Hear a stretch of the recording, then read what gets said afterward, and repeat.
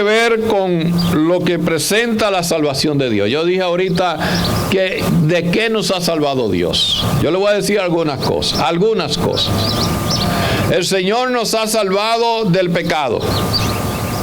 Nos quitó el pecado. Pero lo triste es saber que hay muchos cristianos que todavía están pensando en el pecado. Pues ya el pecado se fue, hermano. Ahora, dice en Romanos capítulo 8, versículo 1, y si usted quiere subraye ese versículo en su Biblia. Ahora pues, ninguna condenación o juicio hay para los que están en Cristo Jesús. Los que no viven conforme a la carne, sino conforme al Espíritu. No hay pecado para nosotros. No hay condenación.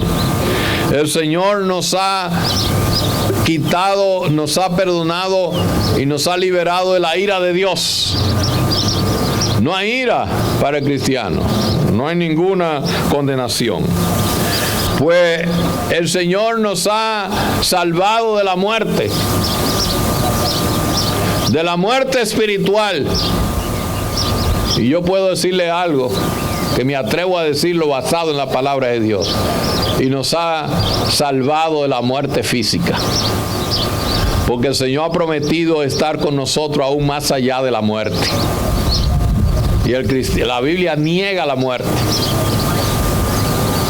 Porque el Señor murió para que nosotros tengamos vida. Y Dios es un Dios de vida. La salvación, a través de la salvación, el Señor nos ha salvado del diablo. Nos ha liberado del diablo. Nos ha liberado del infierno, de la segunda muerte. Entonces la salvación eterna es la promesa más sublime que expone la palabra de Dios. En toda la Biblia no hay una promesa de Dios tan grande, tan profunda, tan sublime como nuestra salvación.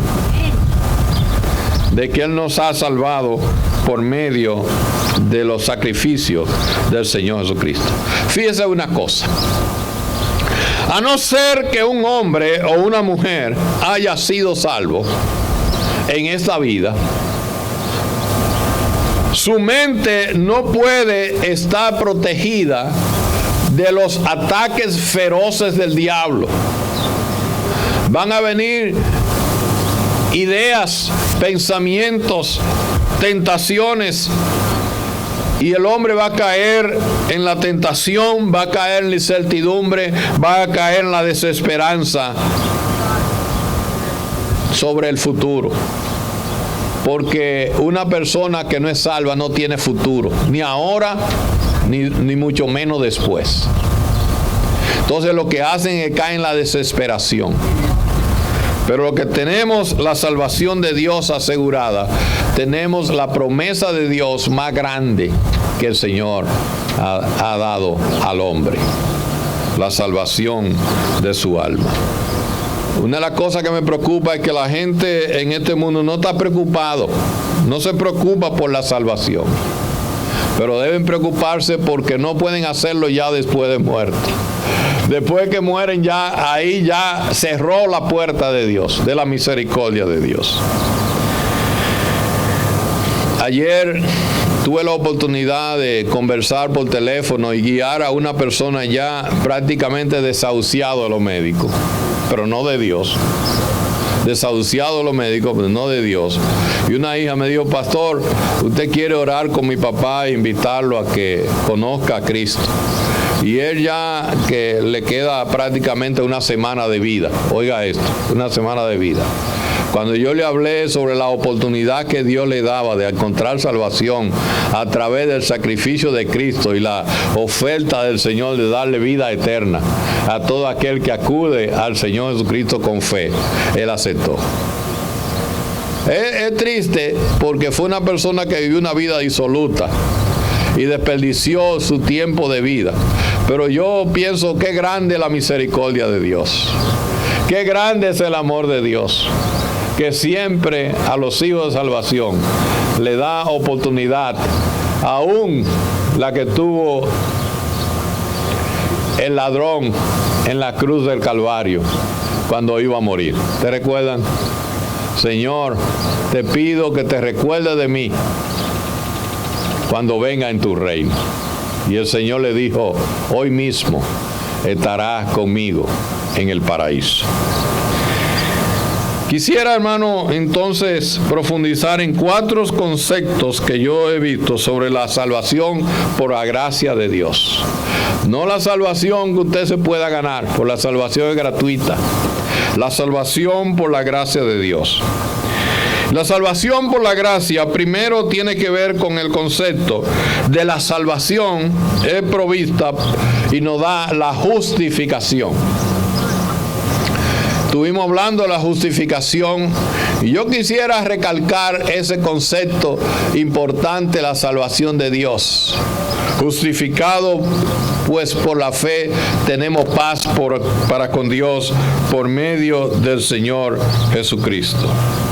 La justificación del hombre pecador que el Señor hace y en la cual Dios en su soberanía declara justo al pecador. Fíjese, yo digo declara o le atribuye justicia a un hombre que ha sido hallado culpable.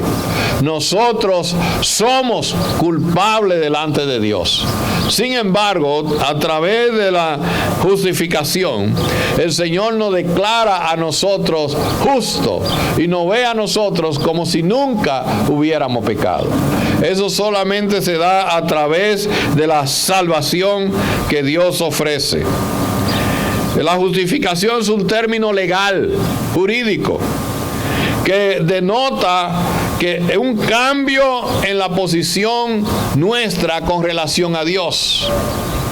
Si antes usted era pecador, una vez Dios lo justifica, Dios lo ve a usted como si nunca hubiera pecado.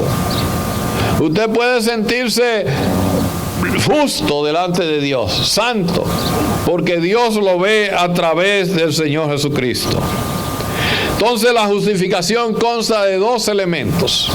Primer elemento es que Dios perdona al pecador, al hombre culpable, al pecador culpable, y le quita la culpa y el castigo que estaba asociado a su pecado.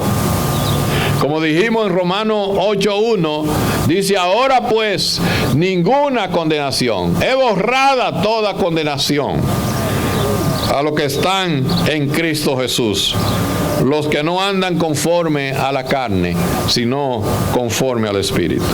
En segundo lugar, además de Dios borrar nuestros pecados, Dios imputa o transfiere soberanamente la justicia de Cristo. ¿Ustedes recuerdan cuando hablamos del intercambio? Que hay un intercambio entre la santidad de Cristo y los pecados nuestros.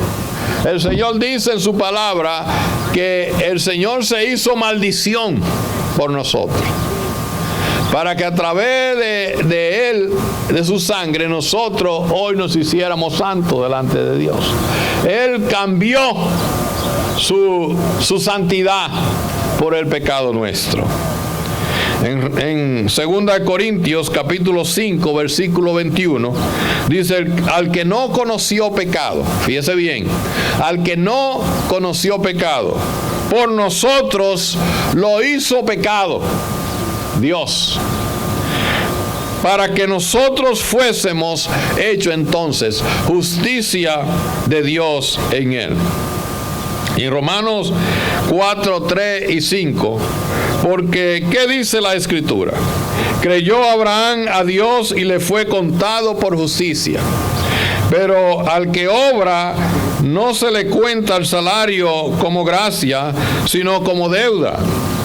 Mas el que no obra, sino que cree en aquel que justifica al impío, su fe es contada por justicia.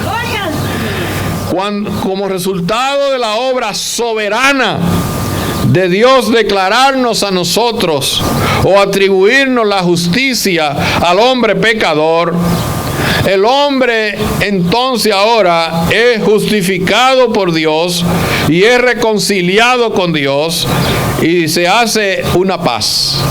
entre Dios y el hombre. Ya no hay conflicto, no hay guerra. En Romanos 5:1 dice, justificado pues por la fe, tenemos que paz con Dios. Paz con Dios. Por medio de nuestro Señor Jesucristo. Ahora el hombre pecador tiene derechos ante Dios de heredar la vida eterna.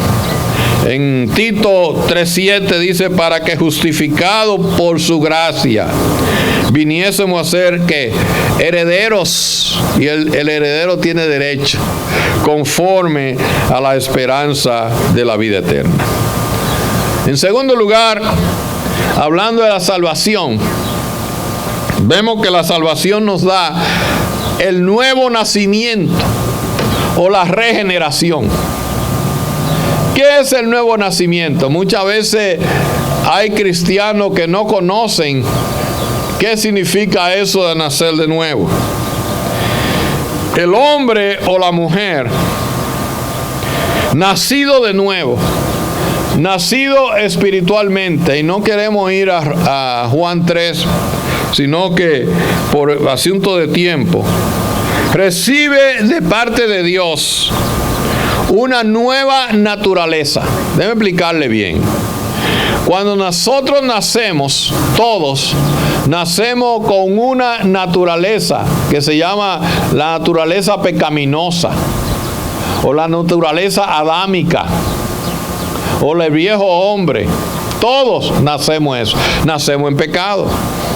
Cuando los niños nacen y nacen tan lindos, nacen tan inocentes, tan indefensos, pero hay que saber que dentro traen un chip de fábrica. Traen el pecado ahí. Y tristemente el pecado no hay que enseñárselo a los niños. No tienen que enseñárselo ni en la escuela, esa materia no se da, porque ellos lo traen y de su propia naturaleza. El libro de Proverbios dice que el pecado, el mal está en el corazón del niño. Oiga, eso en el corazón. Porque cada uno de nosotros viene con eso.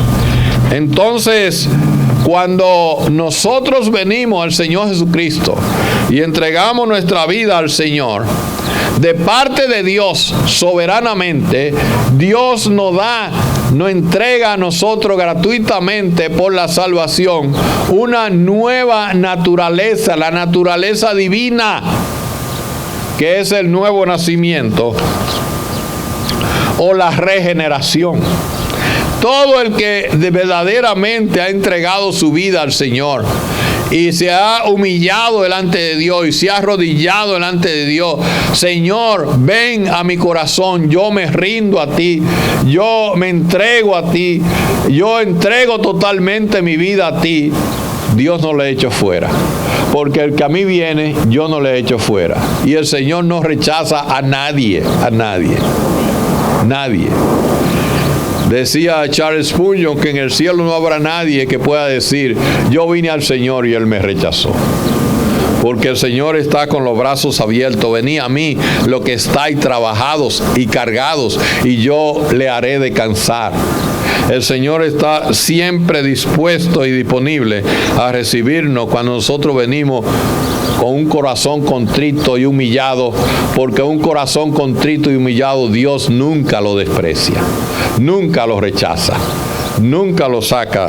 Así que Dios nos da ese nuevo nacimiento, ese que le dijo el Señor a Nicodemo: de cierto te digo, que el que no nace de nuevo no puede venir, no puede entrar al reino de los cielos. Entonces el nuevo nacimiento debe ser una realidad, y hay dos elementos también en el nuevo nacimiento. El primer elemento es que a través del nuevo nacimiento se destruye el poder de la vieja naturaleza. Se elimina la vieja naturaleza. En 2 Corintios 5:17 dice: de modo que si alguno está en Cristo, ¿qué es? Una nueva creación, nueva criatura es, ha nacido de nuevo. Las cosas viejas ya pasaron. He aquí todas son hechas nuevas. Y en segundo lugar, el nuevo nacimiento, la regeneración, incluye la recepción de una naturaleza divina. Y eso sí es importante. Dios entonces ya pone otra naturaleza. De ahí que el hombre salvo tiene dos naturalezas. Una sola persona, dos naturalezas. Interesante, el Señor Jesucristo tiene dos personas, pero nada más tiene una sola naturaleza, la naturaleza de Dios. Pero nosotros tenemos una persona con dos naturalezas ahora, porque Dios nos da una nueva naturaleza, la naturaleza divina.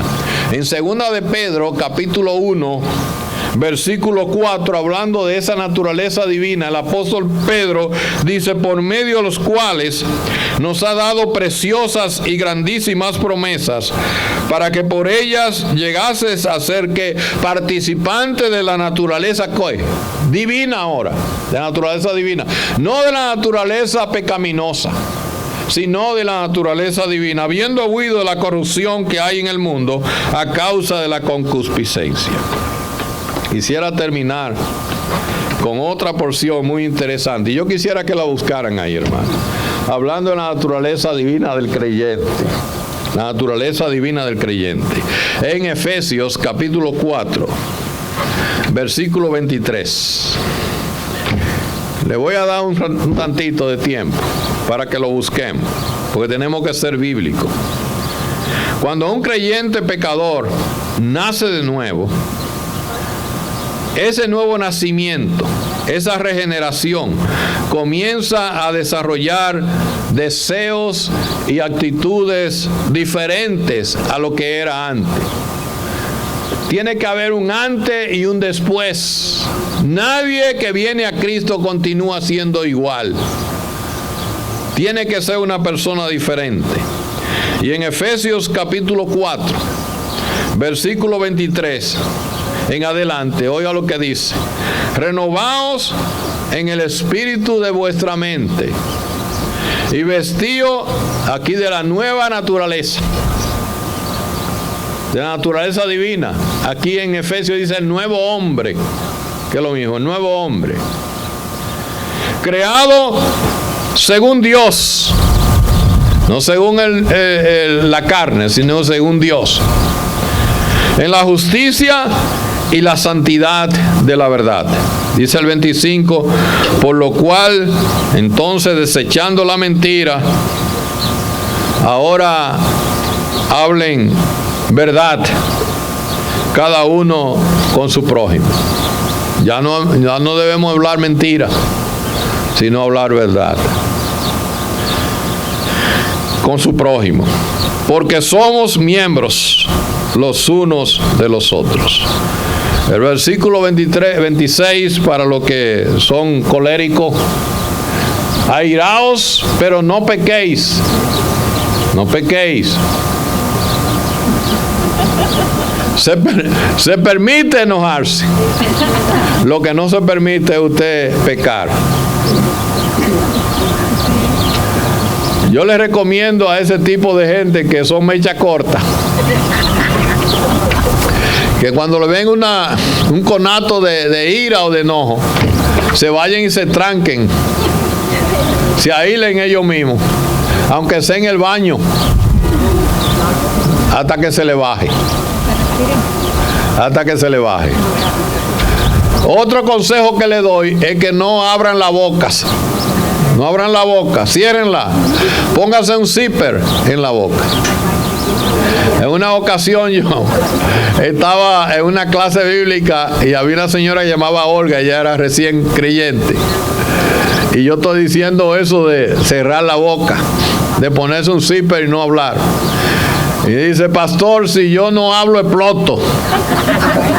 Digo: Olga, explote entonces. Explote. Pero el asunto es que tenemos que aprender a controlarnos por medio del Espíritu Santo y no pecar. No se ponga el sol sobre vuestro enojo. No dé lugar al diablo. El que robaba, no robe ahora. sino que trabaje. Trabaje haciendo con sus manos lo que es bueno, para que usted tenga que compartir con el que padece necesidad, para ser generoso, ¿verdad? Porque para usted poder dar, tiene que tener. En una ocasión un amigo mío me dijo: Núñez, ¿por qué la Biblia dice, no es cristiano, ¿por qué la Biblia dice que es mejor dar que recibir? Y usted sabe que yo no tenía respuesta, y yo si no sé, no sé. Digo: mire, pues yo no había pensado en eso, yo no sé. Y usted sabe por qué. Un impío me dice: porque el que tiene, el que da. El que no tiene, no tiene que dar. Entonces es mejor dar, porque el que da es porque tiene.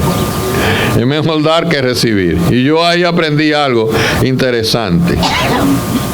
Ninguna palabra corrompida o mala palabra salga de vuestra boca. Cuidado con eso. Ninguna maldición. Que todo lo que salga sea palabra de edificación. Palabra buena. Decirle a las personas: qué bien te ves hoy, Dios te bendiga. Dígale palabra bonita. En una ocasión yo le puse un papel a Mireya, lo dejé ahí: cuando hable de mí, que sea siempre bien, siempre bien, siempre bien, porque eso edifica. No contristéis al Espíritu Santo de Dios, con el cual fuisteis sellados para el día de la redención. Con nuestra conducta, nosotros podemos entristecer al Espíritu Santo. Y eso no es justo, que nosotros hagamos entristecer al Espíritu Santo. Quítese de vosotros toda amargura, fíjese, rencor. La amargura, el rencor trae amargura. Trae amargura. Y la amargura no es buena, porque la amargura daña el alma. Dice, como dice el Chavo, mata el alma y envenena. Y eso, mire, la amargura trae depresión. La amargura trae suicidio. La amargura trae falta de reconciliación en la familia. Lo hace una persona amargada, que andan siempre como si se estuvieran comiendo un limón agrio. Amargado. Eso tenemos que sacarlo. Y el rencor, la ira, la gritería. Hable bajito, hermano. Aunque usted esté incómodo, baje la voz. Baje la voz. Las maledicencias y todo tipo de malicia. Antes sé benignos unos con otros. Usted sabe lo que significa la palabra benignos. Es más que bueno. 3 tipos de acciones. Se dice que hacer bien al que me ha hecho un bien, eso es de hombre, los hombres, es humanos. El hombre, si son buenos conmigo, yo soy bueno con él. Si alguien me regala, yo le regalo. Pero el que me pisa un pie, el hombre tiende a pisarle el pie. También es malo con aquel. Sin embargo, el diablo es malo con el que es bueno con él. Porque la Biblia dice que la paga del pecado es la muerte. La muerte. El diablo siempre paga, pero paga mal. Paga mal. No puede pagarle bien. Pero Dios es a la inversa. Dios le hace bien a quien le ha hecho mal al Señor. Porque el Señor es benigno. La benignidad es usted hacerle bien a quien le ha hecho mal. Siempre. Entonces nos invita a ser benignos y dejar la malicia. Ser benigno uno con otro, ser misericordioso. Debemos perdonarnos siempre unos a otros, nunca quejarnos, sino perdonarnos, como Dios también nos perdonó a nosotros en Cristo. Hemos aprendido acerca de la salvación estos 2 conceptos. Y ojalá, hermanos, nosotros profundicemos en la salvación que Dios nos ha dado gratuitamente. Dios nos ha hecho justo delante de Él por gracia. Dios nos ha dado un nuevo nacimiento en Cristo por pura gracia. Y todo lo ha hecho gratuitamente. Yo quisiera que nos pongamos de pies, hermano, y nos despidamos en oración en esta mañana, en esta tarde. Y le pidamos al Señor que nos ayude a ponernos el casco, el yelmo de la salvación de Dios. Gracias, Señor, te damos y te alabamos en esta tarde por tu amor y tu misericordia, porque tú has provisto una salvación que nosotros no merecíamos, pero tu soberanía, tu amor y tu misericordia se ha manifiesto a nuestro favor. Y nosotros, aún siendo pecadores, Cristo murió por nosotros. Gracias, Señor, por la salvación tan grande que tú has provisto para nosotros, la más sublime de toda la promesa tuya al hombre pecador, en que siendo aún pecadores, Cristo murió por nosotros. Jamás nos cansaremos de darte las gracias, Señor, por la salvación que tú nos das gratuitamente. En el nombre de Cristo. Amén. Amén. Que Dios nos bendiga.